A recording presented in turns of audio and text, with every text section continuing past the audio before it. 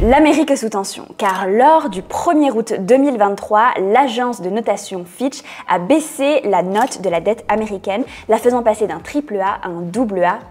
Et c'est un événement extrêmement majeur puisque c'est seulement la deuxième fois que cela arrive et que cette baisse de notation signifie que la dette gouvernementale américaine est plus risquée, c'est-à-dire qu'elle aurait plus de risques de faire défaut. Avec cette nouvelle, il n'y a plus que 9 pays dans le monde qui ont une notation de AAA pour leur dette gouvernementale et les États-Unis n'en font plus partie. Et si je vous en parle aujourd'hui, c'est que cela a des conséquences directes, que ce soit sur nos économies, sur le dollar ou encore sur nos investissements. Je vous explique tout dans cette vidéo, quelles sont les conséquences, pourquoi est-ce que la notation de la dette américaine a baissé, donc restez bien jusqu'à la fin. Mais avant qu'on commence, si tu apprécies mon contenu et cette vidéo particulièrement, n'hésite pas à t'abonner pour rejoindre la communauté et surtout à mettre un petit like. Et pour les nouveaux et nouvelles qui arrivent, moi je m'appelle Rachel, je suis consultante en finance et j'ai aidé plus de 850 personnes à investir en bourse. Bon, pour commencer, remettons les bases. Qui est l'agence Fitch?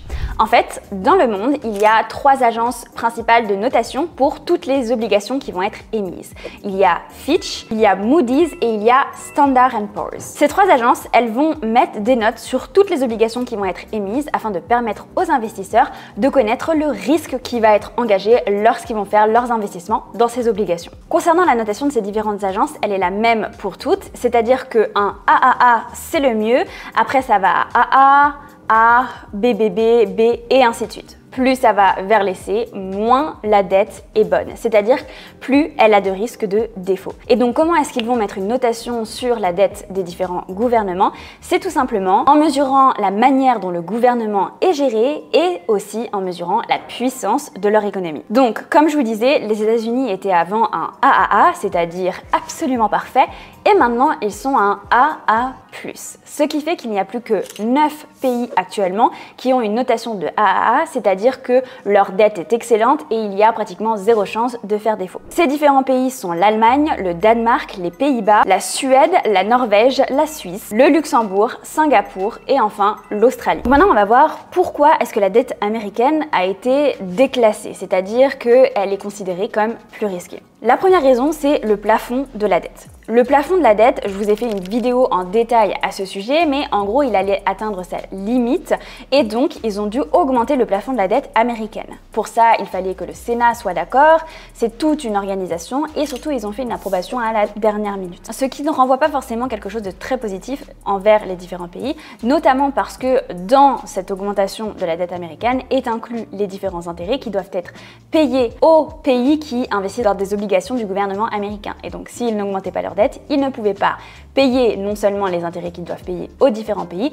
mais aussi tout le service public, les fonctionnaires, etc. En plus de ça, ils ont décidé de suspendre la limitation de la dette jusqu'en janvier 2025, ce qui n'est pas non plus quelque chose d'extrêmement positif parce que on ne sait pas comment ça peut évoluer, notamment parce que au cours de ces dernières années, la dette américaine ne fait que augmenter de manière exponentielle. Et ça, c'est une autre raison.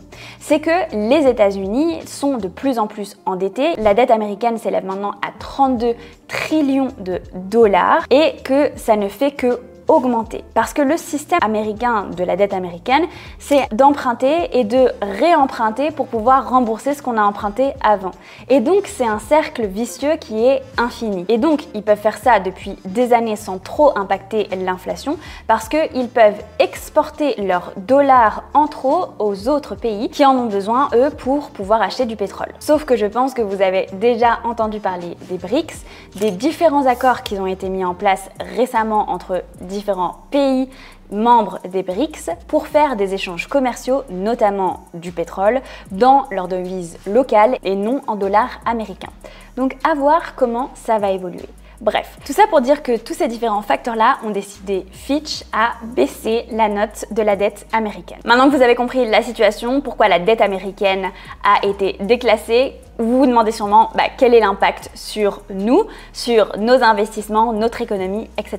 Ce qu'il faut savoir, c'est que depuis tout ce temps, les États-Unis sont vus comme une économie refuge, solide, où mettre son argent. Donc c'est pour ça qu'il y a énormément de pays partout dans le monde qui investissent dans des bons du trésor ou des obligations du gouvernement américain. Il y a 7,6 milliards de dollars d'obligations qui sont détenus par des pays étrangers. Donc c'est quand même très important. Donc l'impact, ça va être que si les États-Unis veulent plus d'argent, et donc ils vont devoir émettre plus d'obligations ou de bons du trésor.